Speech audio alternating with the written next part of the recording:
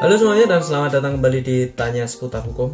Dan untuk kali ini karena sebelumnya saya sudah membahas mengenai gugatan untuk perbuatan ingkar janji, tidak janji atau wan prestasi, yang termasuk wan prestasi itu ya tidak menepati janji,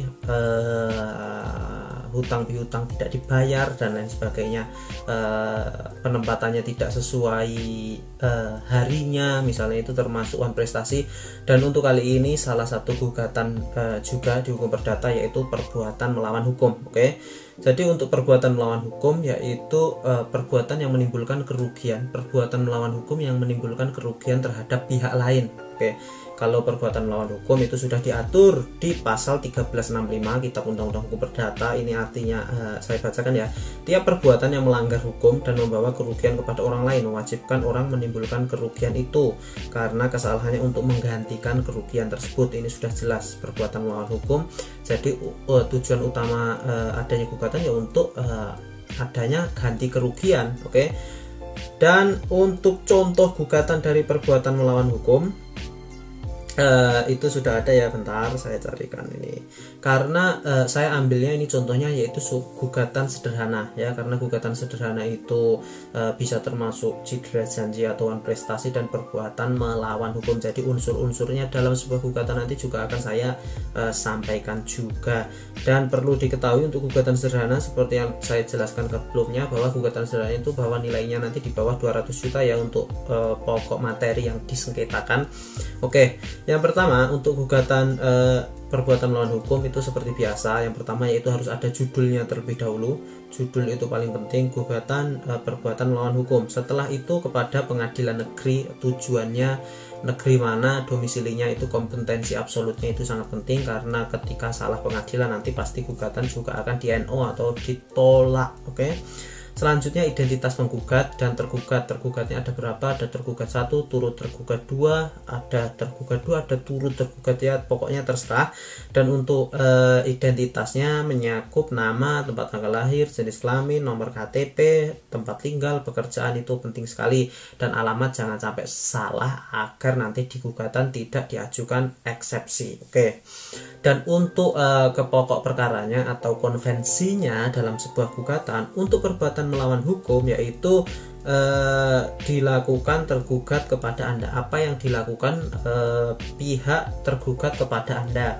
Jadi dijelaskan dulu pokok permasalahannya seperti apa, bagaimana kronologis perbuatan tersebut secara singkat. Oke.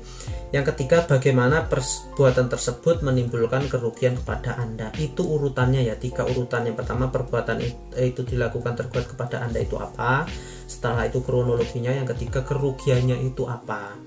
Dan selanjutnya ada berapa kerugian yang Anda derita. Untuk kerugian itu ada kerugian material yang bisa diukur dengan nilai. Selanjutnya ada kerugian imaterial yang tidak bisa ukur dengan nilai, dan biasanya itu kerugian imaterial itu tuntutannya bisa sampai miliaran, banyak sekali ya. Dan setelah itu dengan bukti-buktinya juga bisa dicantumin dalam sebuah gugatan dengan bukti-bukti surat apa, misalnya surat perjanjian kredit atau misalnya surat perjanjian yang unsur-unsurnya tidak terpenuhi, Anda sebagai pihak yang melakukan perjanjian dibatalkan dan mengalami kerugian, itu bisa. Dan keterangan singkat. Oke, selanjutnya untuk saksi-saksi juga ada keterangan singkatnya.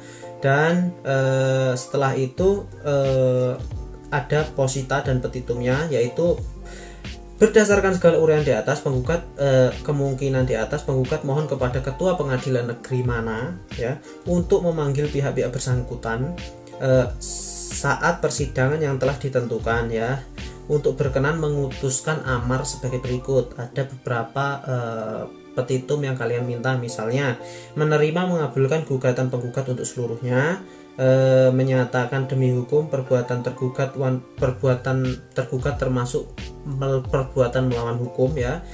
Yang ketiga, menghukum tergugat untuk membayar kerugian Anda, jumlahnya berapa bisa dicantumkan di petitumnya, yaitu menghukum tergugat untuk membayar biaya perkara ini. Itu kalau di pengadilan negeri langsung aja cantumkan itu.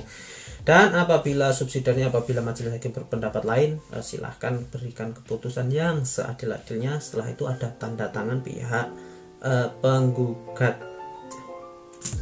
Jadi itu tadi contoh dari gugatan perbuatan melawan hukum, itu tadi contoh gugatan sederhananya. Dan untuk contoh realnya, karena setiap kronologi dan kejadian itu beda-beda, karena setiap permasalahan perbuatan hukum itu berbeda-beda, dan permasalahan perbuatan hukum itu banyak sekali, menyangkut banyak sekali, bahkan bisa perbuatan melawan hukum itu bisa masuk ke ranah pidana. Oleh karena itu nanti untuk kronologi kan tergantung, fleksibel aja masing-masing. Dan apabila kalian kesulitan untuk membuat sebuah gugatan, silahkan hubungi saya di nomor di depan, silahkan konsultasi, akan saya bantu. Dan seperti biasa, semoga bermanfaat dan terima kasih. Dadah.